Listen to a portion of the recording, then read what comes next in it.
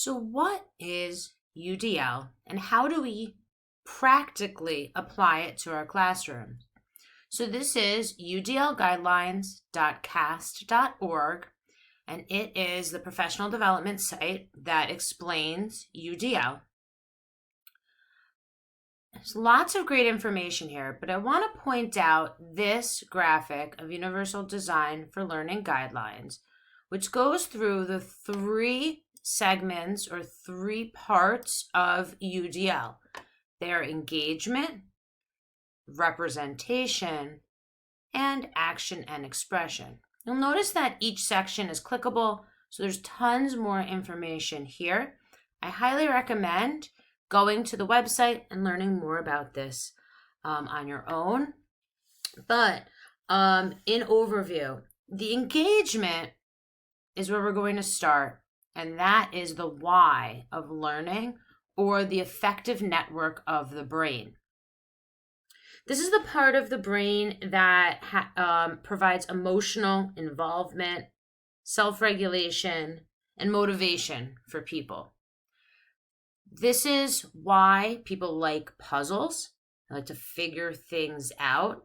This is why people like to watch movies that have plots so they know what the characters are going to do next. So human nature is that when something engages us or piques our interest, we want to learn more about it. So there's some practical information here about recurring interests, sustaining efforts and persistence, and self-regulation. But the idea is that it will give purposeful and motivated learning.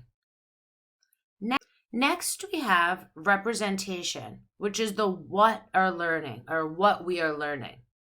This is the recognition network of the brain, and that part of the brain is how we gather information with our senses, recognize patterns, and integrate new knowledge into what we already know. All right, so that has to do with our perception or our senses, our ability to interpret language and symbols, and our comprehension, or what we actively understand. All right, so this is, in terms of a learning goal, resourceful and knowledgeable. All right, so we want our students to become resourceful and knowledgeable. Lastly, we have the action and expression part of UDL, which is the how of learning. This activates the strategic network, and the goal here is to give students a choice or multiple ways in which they can express their understanding of a concept or learning goal. This strategic network here will be triggered, and that is our part of our brain that demonstrates knowledge through tasks or performances. So that could be through physical actions, expression and communication, and it takes into account our executive functioning. So we want our students to become strategic and goal-oriented learners.